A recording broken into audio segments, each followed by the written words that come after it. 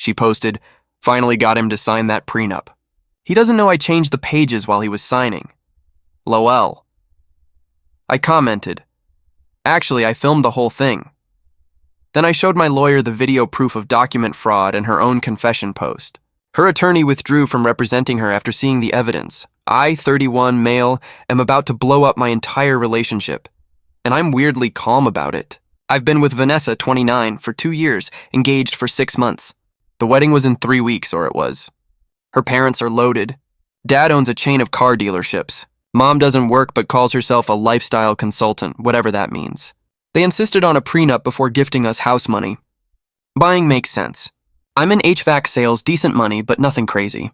I've got maybe $40,000 cash saved, my truck, and a solid 401k. She's a dental hygienist, making around $65,000. The prenup meeting was last Tuesday at their house. Her dad, Douglas, presided like some kind of king. 8 pages. Pretty standard stuff. Keep premarital assets separate, split marital assets 50-50, no alimony unless we hit 10 years. Here's the thing about me. I'm paranoid. Always have been. So when we sat down to sign, I propped my phone up on their bookshelf behind me, pretended I was charging it, but was actually recording the whole thing. We went through page by page. I initialed each one, signed the last page. Vanessa did the same. Around page 4, she suddenly goes, "Oh shoot, I need water," and grabs the whole stack. She comes back 90 seconds later and continues signing. I didn't think much of it at the time. This morning, I'm scrolling Instagram before work. I see Vanessa posted to her close friend's story. I'm on it, obviously. Photo of her holding the prenup. Huge grin. Caption, "Finally got him to sign that prenup. He doesn't know I changed the pages while he was signing." LOL. Daddy's lawyer is going to die when he sees what actually got signed. My man just agreed to give me 70% of everything plus $8,000 monthly alimony if we ever split, and he has no idea. Comments from her friends were all laughing and celebrating. Her cousin commented, "Yes, get that bag, sis." I sat there for a solid minute, just staring. Then I pulled up the video from Tuesday. I watched it. Sure enough, when she took that water break, the pages she brought back weren't the same ones. The print quality was slightly different. Page numbers were in a different position. She'd swapped the whole document. I screenshotted everything, downloaded the video to 3 different places. Then I commented on her Instagram post. Actually, I filmed the whole thing. See you in court. I deleted Instagram, blocked her number, and called my lawyer. It's 9:47 a.m., and I'm sitting in Dennis Kowalski's office, watching him watch the video for the 3rd time. "This is the stupidest crime I've ever seen documented," he says. "She literally confessed online. So what do I do?" I asked. "Well, you're not marrying her." "That's step 1. Yeah, that's definitely step 1. Update 1. Holy hell, the last 48 hours have been insane." So after I commented, "Actually, I filmed the whole thing" on Vanessa's post, she deleted it within 10 minutes. Too late, though. I had screenshots and screen recordings of everything, including all the comments. She called me 23 times Tuesday morning. I was still at Dennis's office. Didn't answer any of them. Dennis drafted a letter to her and her parents. Basically, we have video evidence of document fraud. We have social media confession. The prenup is void. Wedding is canceled. Consider this notification of potential criminal charges. He sent it certified mail and also emailed it. I went home to the apartment we share. My name is on the lease. She moved in 8 months ago. I packed all her stuff, everything. Clothes, shoes, that stupid decorative pillow collection, her bathroom products, all of it. It took me 4 hours. I stacked it all in the living room. I changed the locks, which cost me $180, but it was worth it. Around 6 p.m. Tuesday, I heard someone trying to unlock the door. The key didn't work, obviously. Pounding started. "Derek, open this door right now!" I checked the camera I'd set up.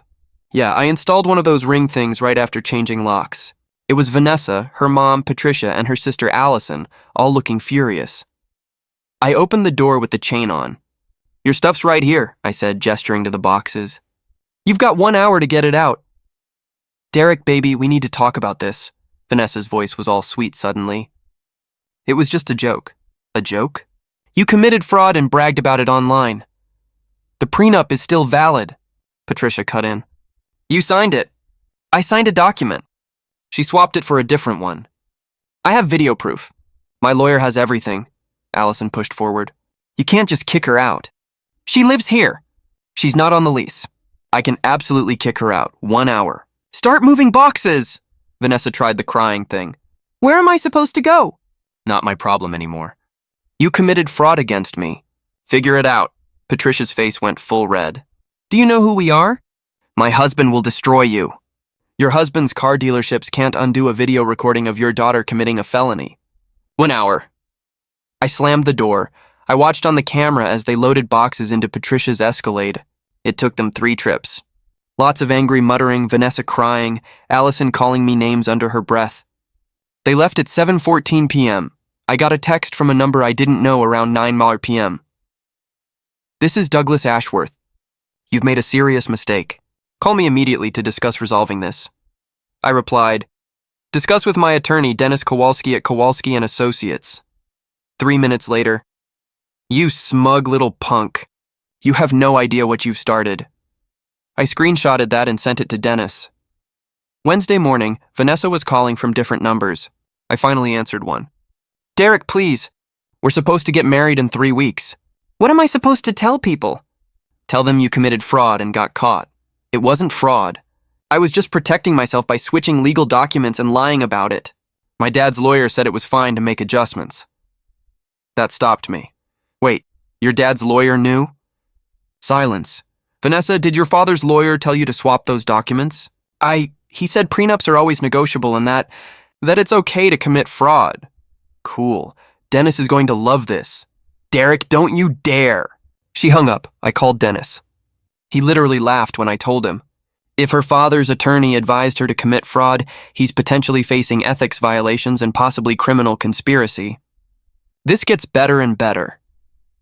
Wednesday afternoon, Dennis gets a call from some lawyer named Gerald Patterson, representing Vanessa. He wants to discuss the misunderstanding. Dennis sends him everything. Video, screenshots, timeline. Thursday morning, Patterson withdraws as her attorney, just completely drops her. Dennis says he probably saw the evidence and realized it's indefensible. Meanwhile, Vanessa's going nuclear on social media. She posts this long thing on Facebook about how I'm an abusive narcissist who kicked her out without warning and how she's devastated. Comments are rolling in with support until someone, pretty sure it's my sister Katie, comments, "Weird how you're leaving out the part where you committed fraud and posted about it online." Half the comments turn into people asking what she's talking about. Vanessa deletes the whole post. Thursday night, my doorbell rings at 11 p.m. The camera shows Douglas Ashworth looking absolutely furious. I don't open the door, just talk through the ring. Mr. Ashworth, leave or I'm calling the police. You think you can threaten my family and get away with it? I didn't threaten anyone. Your daughter committed fraud. I have proof. That's not a threat, it's a fact. That prenup is legally binding. No, it's evidence of a crime. Big difference. I will bury you in legal fees. You can't afford to fight me. I can afford to send a video to the police. That's free. He stood there for a solid 30 seconds just staring at the camera, then left. Friday morning, Dennis calls. Derek, I've been thinking about this. We should file criminal charges. This isn't just about you. Fraud is fraud. You think it'll go anywhere with this evidence? Absolutely. Video proof, written confession, multiple witnesses to the aftermath. It's a prosecutor's dream. Let's do it. So, yeah, we're filing charges Monday. The wedding would have been 2 weeks from Saturday. Instead, I'm pressing charges against my ex-fiancé for fraud. My mom's response when I told her I never liked how she treated servers at restaurants. Anyway, thanks, Mom. Update 2. Week from hell. Buckle up, we filed criminal charges Monday morning. Dennis walked me through everything with a detective named Rodriguez. I showed him the video, the Instagram screenshots, the timeline. His face went from professional to entertained real quick. This is the dumbest crime I've seen this year, he said. She recorded her own confession. That's what my lawyer said. Your lawyer's right. We'll pass this to the DA. With this evidence, they'll probably pick it up. By Monday afternoon, Vanessa is blowing up my phone from every number she can find. I finally answered because I was curious how she'd spin this. Derek, the police called me. You actually filed charges. You committed fraud, Vanessa. What did you think would happen? This will ruin my life. I could go to jail. Maybe don't commit felonies then. You're supposed to love me. We're supposed to get married. We were supposed to get married until you decided to defraud me and brag about it online. It was a mistake. Which part? Swapping the documents, bragging about it, or getting caught? She just screamed and hung up. Tuesday, things escalated. I got a call from my boss, Frank. Derek, HR needs to talk to you. Someone sent an anonymous email claiming you've been sexually harassing coworkers. My stomach dropped. What? That's completely false. I know it is. You've worked here 6 years, never had a complaint. But HR has to investigate. Just be prepared. I talked to HR for an hour. They asked about every female coworker. Did I make comments, inappropriate jokes, touch anyone? No, and hell no. The HR lady looked uncomfortable. The email was very detailed. Claimed you made comments about multiple women's appearances and made one of them uncomfortable at the Christmas party. Which one? They didn't say, because it's made up. Ask any of them. I've never done anything remotely like that. She said they'd investigate. I left feeling sick. This was clearly Vanessa or her family trying to screw with my job.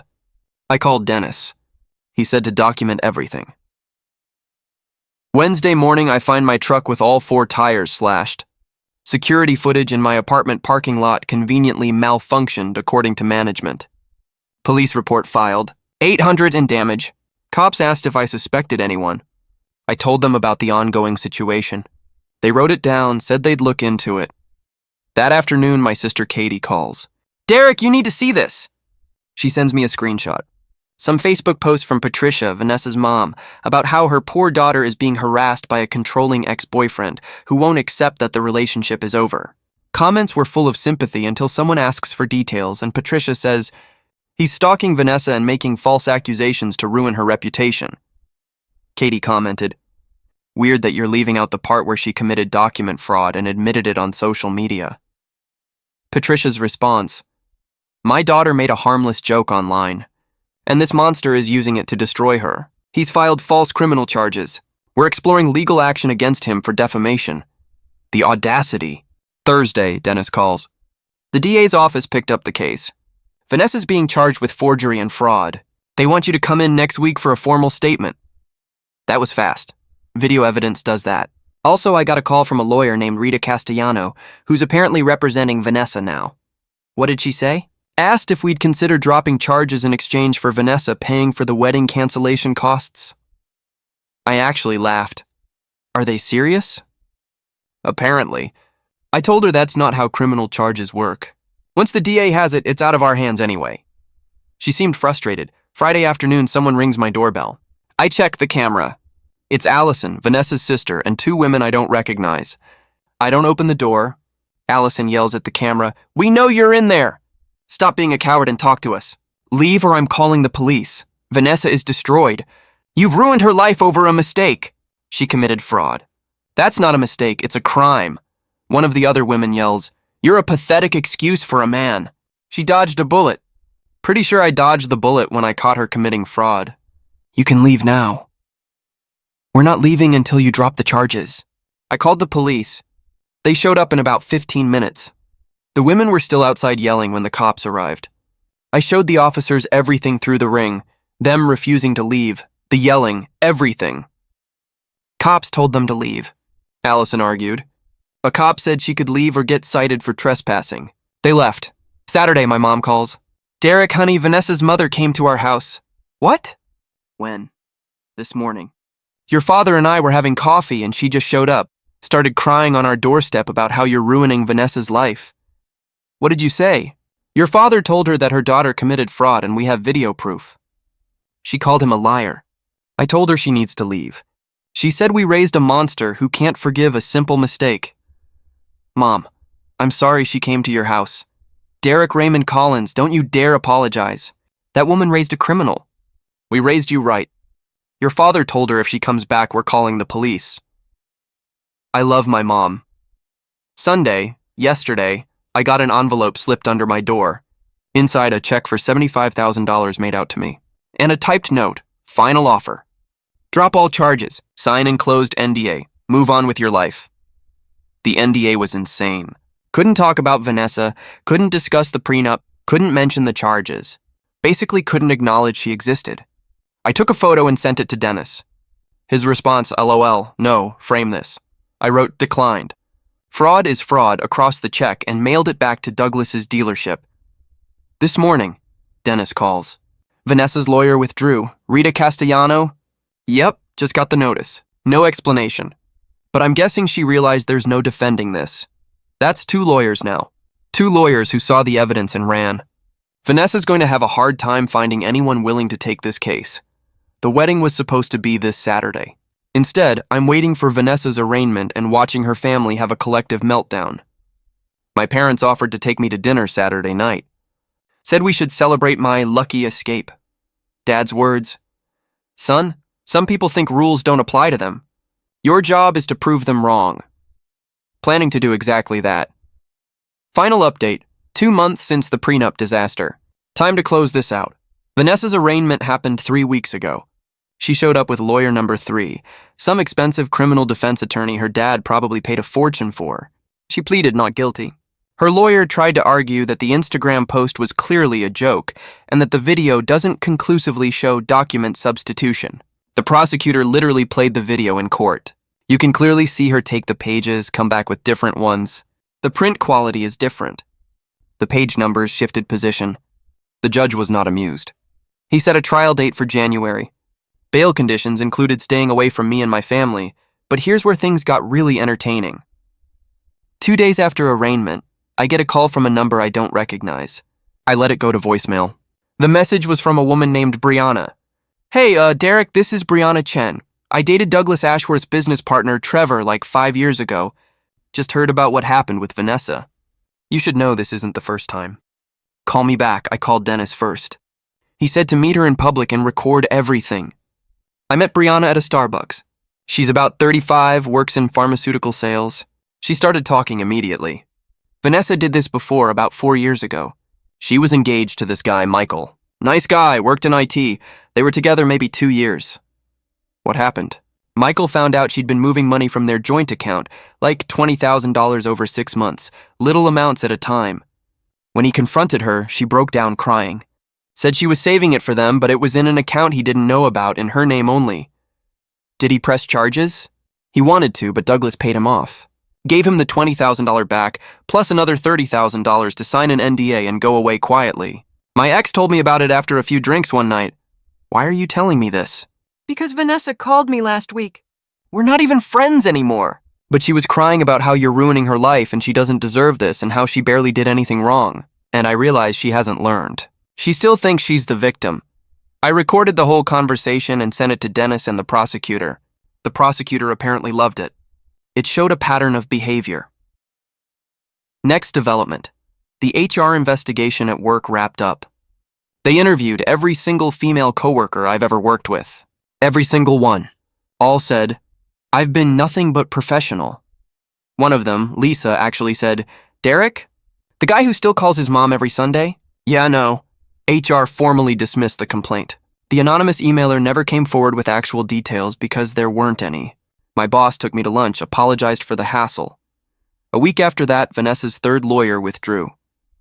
Same reason as the others. Saw the evidence, realized it's unwinnable. She finally found lawyer number 4, a public defender, because apparently daddy's money ran out or he's tired of throwing it away. Here's where the entitlement really peaked. Douglas showed up at my apartment again, this time with papers.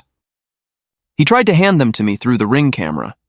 This is a civil suit for defamation and intentional infliction of emotional distress. $200,000 in damages. Cool. I'll have my lawyer look at it. You've destroyed my daughter's life. Her career is ruined. She can't work anywhere now. She destroyed her own life when she committed fraud. I just documented it. This is harassment. Sir, you're at my apartment threatening to sue me because your daughter committed a crime against me. Who's harassing who? He left the papers on my doorstep. Dennis looked at them, laughed, and said, "It's a desperate intimidation tactic with no merit. Truth is an absolute defense against defamation." He said everything I've said about her is documented fact. Last week, the plea deal happened. Vanessa took it. 1 count of fraud, 18 months probation, 150 hours community service, $3,500 fine, permanent criminal record. She avoided jail, but she's now a convicted felon. Her dental hygienist license is suspended pending review. Most states don't let people with fraud convictions work in healthcare. She's probably done in that career. I found out through Katie, who's still friends with one of Vanessa's cousins, what happened after. Douglas and Patricia's country club membership was not renewed. Kicked out for the scandal. Vanessa moved to her parents' vacation condo in Florida, laying low. Allison, the sister, apparently had a huge fight with their parents, moved out, and went no contact. Douglas's car dealership sales are down. The publicity wasn't great for business. Patricia deactivated all her social media after people kept commenting about raising a criminal. The civil suit against me dropped after. Dennis sent them a letter threatening to counter-sue for abusive process and demanding attorney fees. The wedding would have been 2 months ago. Instead, Vanessa is a felon on probation, and I'm living my best life. I sold the engagement ring. I got $4,200 for it. I used that money to pay off my truck and take my parents on a weekend trip. They deserved it after dealing with Patricia showing up at their house. My apartment feels different now, like I cleaned out something toxic. I got new furniture, painted the bedroom, made it mine again. Dating? Not yet. Therapy first. Working through why I ignored red flags, why I let her move in so fast, why I didn't question things more. My therapist asked if I felt guilty about pressing charges. No, I said. If I hadn't, she'd do it to someone else, someone who might not have video proof, someone who couldn't afford a good lawyer. So you see yourself as protecting others? I see myself as holding someone accountable for committing a crime against me. Everything else is just a bonus. The Trevor story Brianna told me haunts me sometimes. That guy paid $30,000 to make the problem go away. Vanessa learned she could commit fraud and her daddy would fix it. So she tried again with me. I didn't let daddy fix it. I let the justice system handle it. Last contact with Vanessa was a letter that arrived last week. No return address, but I recognized the handwriting. It just said, "I hope you're happy now that you've destroyed everything." I wrote back, "I'm very happy. Thanks for asking," and mailed it to her parents' Florida condo, Douglas's civil suit threat, Patricia showing up at my parents' house, Allison and her friends trespassing. The anonymous HR complaints, the slashed tires, all of it was designed to intimidate me into backing down. Didn't work. The video evidence was too solid. Her own confession was too clear, and I was too angry to cave. She played a stupid game and won a stupid prize, a criminal record. My parents asked if I'll ever forgive her. For what? I said. She's never apologized. She still thinks she's the victim. You can't forgive someone who doesn't think they did anything wrong. So that's it. Wedding canceled 3 weeks out because my fiancé committed fraud. She's now a convicted felon. I'm single, in therapy, and planning a vacation to Colorado next month. The house money her parents were going to give us probably went to lawyers. The wedding deposits lost. Her career probably over. Her reputation destroyed. All because she thought she could outsmart a prenup by committing fraud and bragging about it online. Some people really do think rules don't apply to them, right up until they learn otherwise. Thanks for following this mess. Hope it reminds someone to document everything and trust their gut. And if you're ever in a situation where someone asks you to sign something important, record it. You never know when you'll need proof.